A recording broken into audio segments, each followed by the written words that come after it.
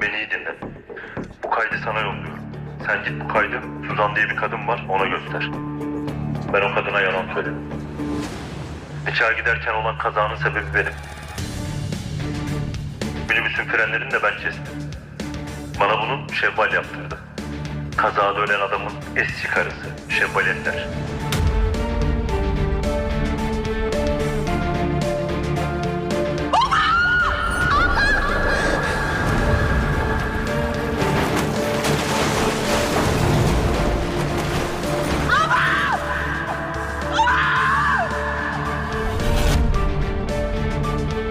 Sen nasıl kestin o freni ya? Anne ne diyor bu kadın?